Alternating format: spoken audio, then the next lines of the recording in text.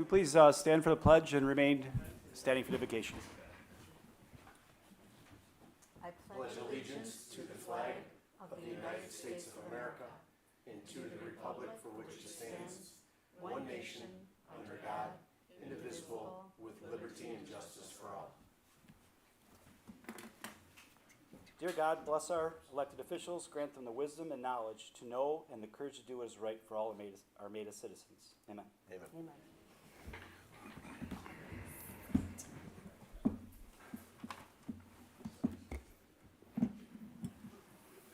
Roll call. Nickel? Here. Getzinger? Here. Joe? Here. Swaggy here, Cratchy. Here. Any public comments? Any public comments? Okay. New business. Appoint fire lieutenant paramedic. Chief?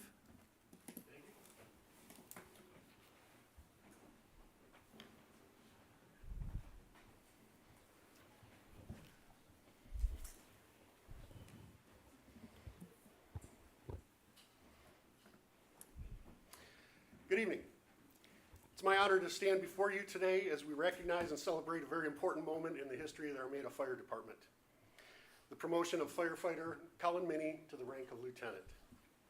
Promotions in the fire service are not given lightly. They are earned through years of dedication, training, sacrifice, and commitment, not only to the job, but to the community and to one's fellow firefighters. Colin has proven himself in each of these areas and more. Since joining the Armada Township Fire Department as a fourth-generation firefighter, Colin has built a reputation as a hardworking, reliable, and highly skilled firefighter-paramedic. Whether responding to emergencies in the middle of the night, training the next generation of firefighters, or lending a hand in the community, he has consistently gone above and beyond the call of duty. His calm presence, technical knowledge, and ability to lead by example have made him a trusted member of this department. But leadership is more than skill. It's about character. Colin has shown time and time again that he's not only capable of making the tough decisions, but of also guiding, mentoring, and supporting his fellow firefighters. Those are the qualities we look for in a lieutenant, and those are the qualities that Colin brings with him every day. Today, as he takes on this new role, we recognize not just his past achievements, but also the trust and confidence this department places in him for the future. Colin, the badge you're going to be awarded represents your leadership, your responsibility, and the respect that you have earned. I asked Colin's grandfather, David Minnie, himself a second-generation firefighter with a long and distinguished career in Macomb Township, to do the honor of pinning the badge upon Colin, and for Township Clerk Mary Swayacki to please officially swear Colin in. I'd like to make the motion first to authorize the appointment of firefighter paramedic Colin Minnie to the rank of lieutenant effective September 2nd, 2025, with an hourly rate of $24.10. I'll second. Nickel? Yes. Swaggy, yes. Joe? Yes. Getzinger? Yes. Cratchy. Yes.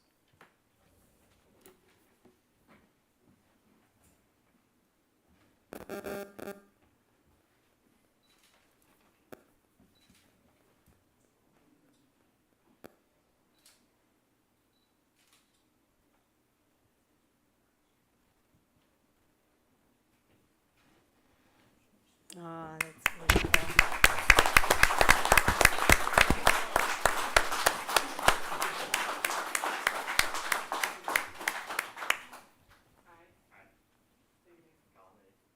Being first duly sworn, dispose and say that I will support the Constitution of the United States, the Constitution of the State of Michigan, and the ordinances of Armada Township, and I will endeavor to secure and maintain an honest and efficient administration of the affairs of Armada Township, free from partisan control, and I will faithfully perform the duties and responsibilities of Armada Township Fire Lieutenant to the best of my ability.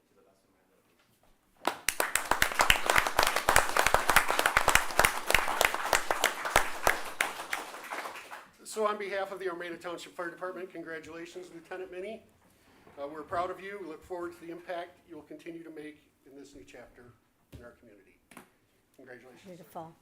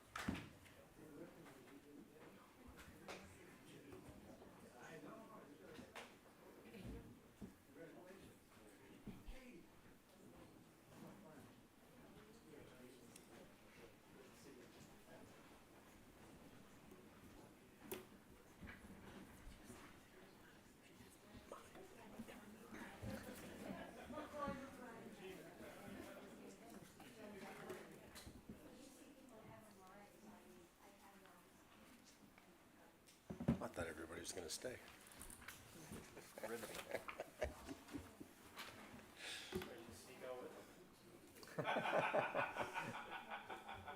Could have put them third. Okay, next we move on to item number B, letter number B, contractual services. So, when we were newly into the positions here and elected, one of the conversations that was really brought up by citizens and elected officials was, it was time to maybe consider new legal counsel. We put a committee together back in November? I think November. And it was Beth, it was the planning commission chair, Monica and myself, and we reached out. We reached out to MTA and basically saw who they had to offer, and they made some suggestions, but unfortunately, most of what they suggested was on the west side of the state. They also suggested not doing an RFP because of the size of our community. We weren't looking for a retainer, we were looking for an hourly thing. And I made some phone calls around, and one firm came very highly recommended. We asked them for a proposal. We sat down and spoke with them, and we were very, very happy with them. And they are here tonight, and Mr. Tomlinson, we should tell. Good evening. My name is Tim Tomlinson. I'm one of the principals of York, Dolan, and Tomlinson, and this is Linda McGrail, my partner. Just a little background of our practice. We are 95% municipal law. We represent cities, townships, school districts, all sizes, shapes, and forms. We consider ourselves more of a Macomb County-based firm, as we only actually have one municipal client that resides outside Swain County, and that's Grosse Pointe Woods.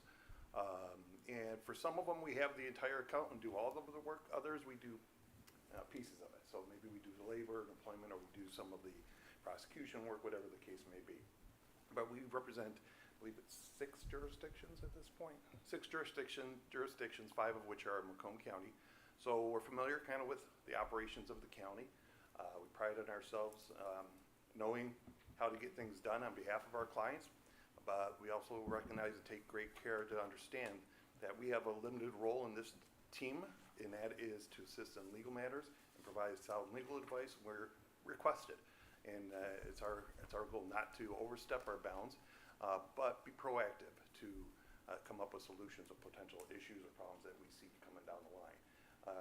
Being that we represent a number of communities, it gives us an opportunity to see what other communities are dealing with on a day-to-day basis, whether it's elections or we have issues with tax delinquencies, whatever the case may be.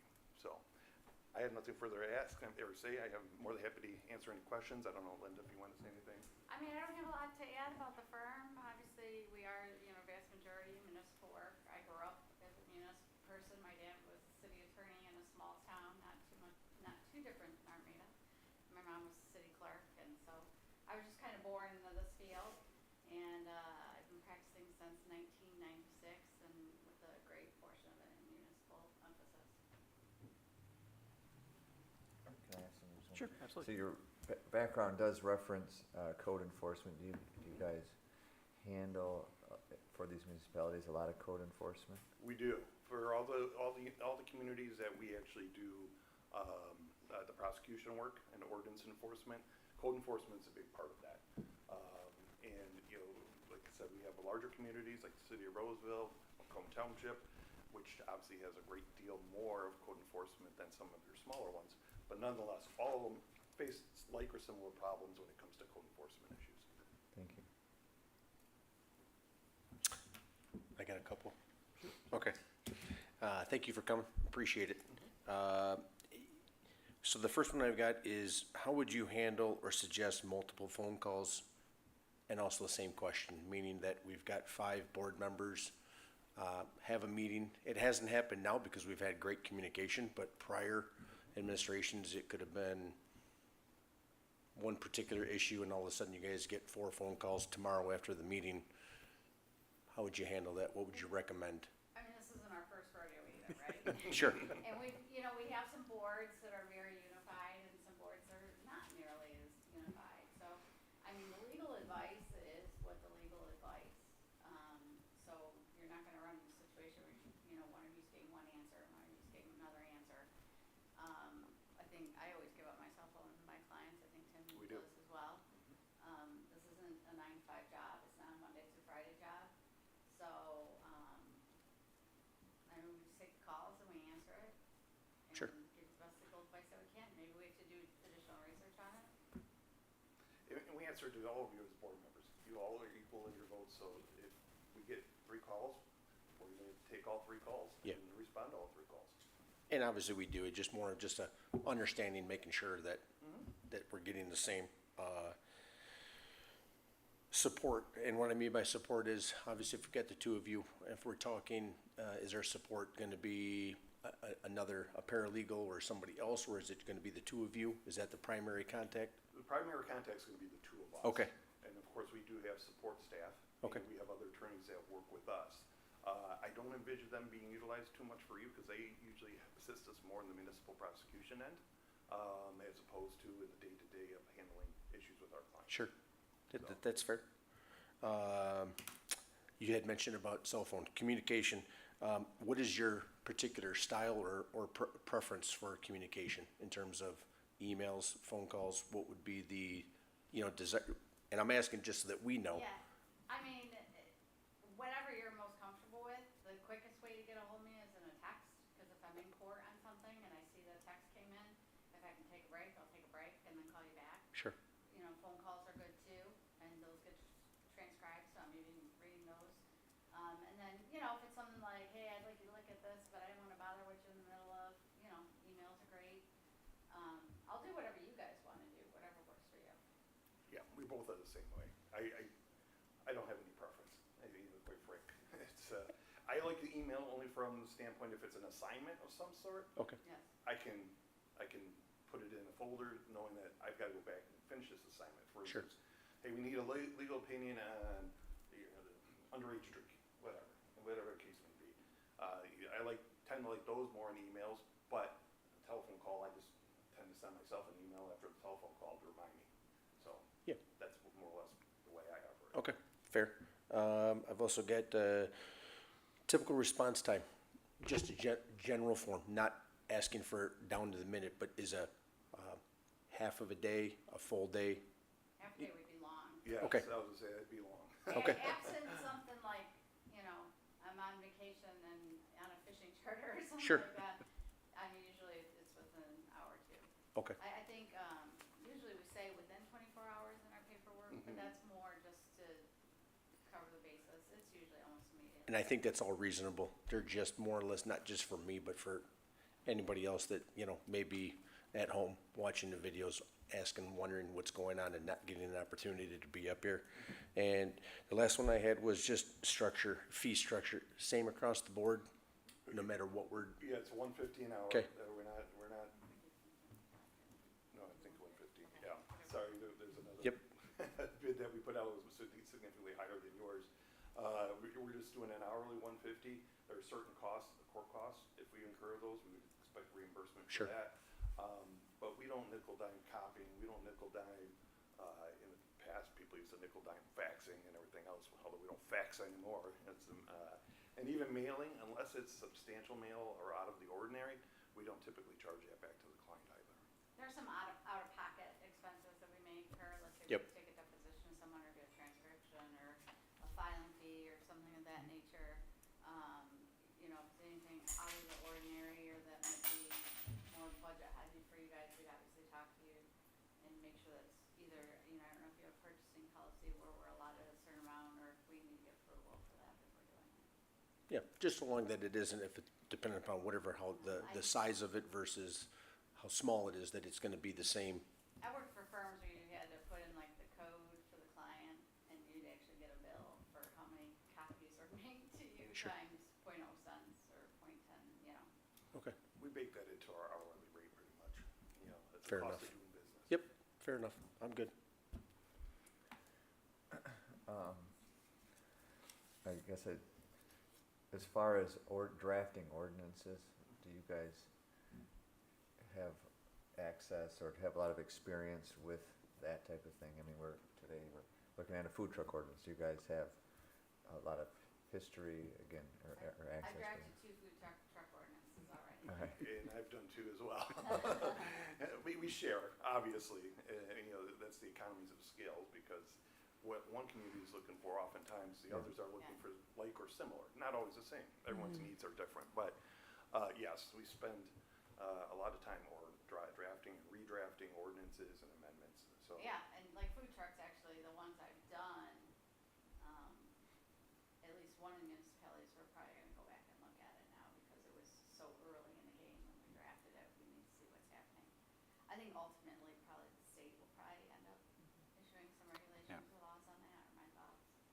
Just to have some consistencies among the different municipalities, but they haven't yet, so. Okay.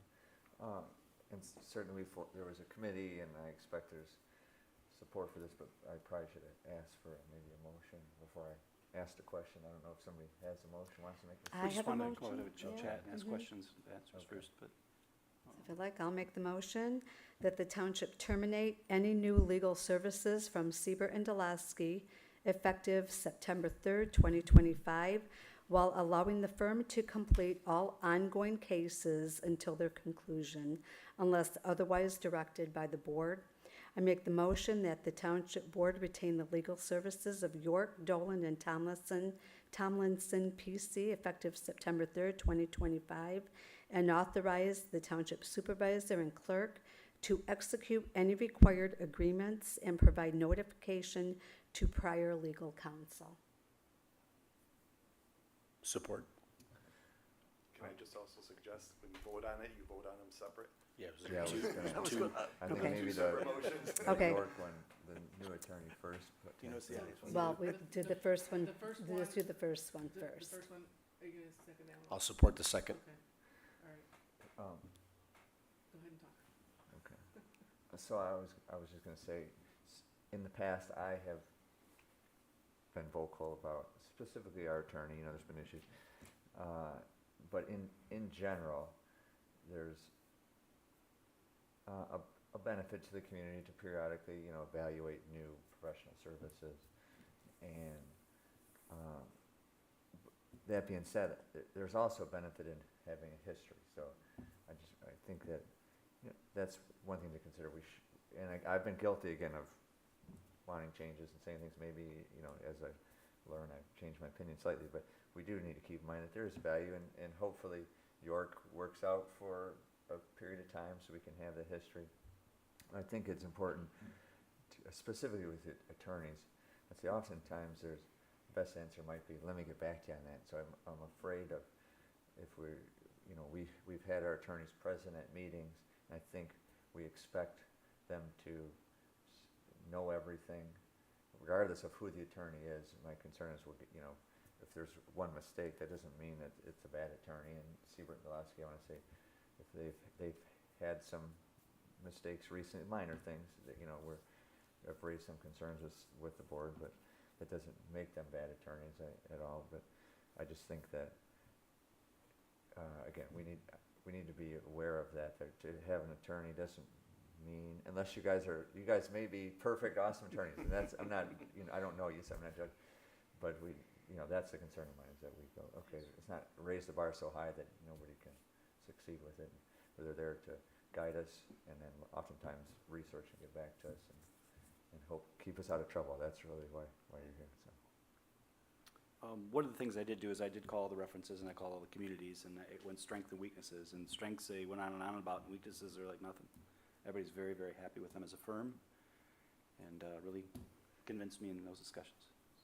So, I'm sorry, I always have too many questions, but the only thing I had, I think it's important for maybe you guys to explain to everybody, including the board, is how many firms did you consider? Because this wasn't a formal RFP because MTA had said there's really not a benefit to that, which I understand, but I think We said from it a was public's perspective. how 5 or we- 6 firms we contacted, and I had phone calls with each of them. And one of the biggest issues is attendance at board meetings, because most of them were the west side of the state, Kalamazoo, Yeah. Grand Rapids, and the ones that MTA recommended. And they were distance away. The other thing I want to consider is we kind of want our own attorney without a bordering issue.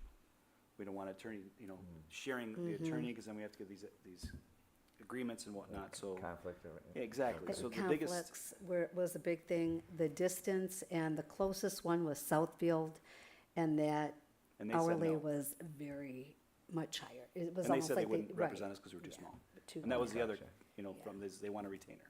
Yeah, So being a small town, it was very we difficult. don't, we don't, That's why the we RFP can't really afford wasn't gonna work. that. All right, for the first motion, Nickel, Yes.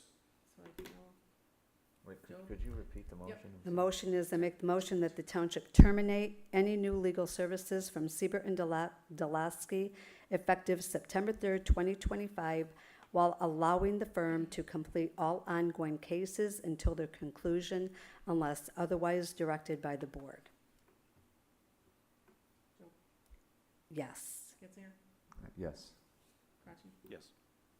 motion And passes. could you The repeat second the motion was Yep. to retain the legal services of York and Dolan. Yep. York I make Dolan. motion that the township board retain the legal services of York, Dolan, and Tomlinson PC effective September 3rd, 2025, and authorize the township supervisor and clerk to execute any required agreements and provide notification to prior legal counsel. And that was supported by Steve. Yes. Nickel, Yes. Sorrentino, Joe, Yes. Getzinger, Yes. Kratky. Yes. Thank you, board. Well, thank you. Thank Appreciate it. you. Look forward to working with all of you. Thank you. Before we go on to the next item, Steve, your question regarding communication, I do think, we spoke before about us all having the opportunity to talk to the attorney, but I would definitely encourage us to minimize all talking to the attorney on the same item. We've talked about maybe emailing the clerk and having a funnel. Certainly, that's the approach that I intend to take, and nobody's obligated to do that, but I think that may be kind of what, was that? It was more or less just, so the last time when I was here, it was multiple phone calls after multiple meetings that were getting either the same response or not the same response, that was occurring more fees to the township that could have probably been resolved here on this side of the table. That didn't happen. I only brought that up just so that way new legal kind of understood, as well as maybe down the road, if they started to see maybe a habit of expressing like, hey, you guys are kind of talking about some of the same items here.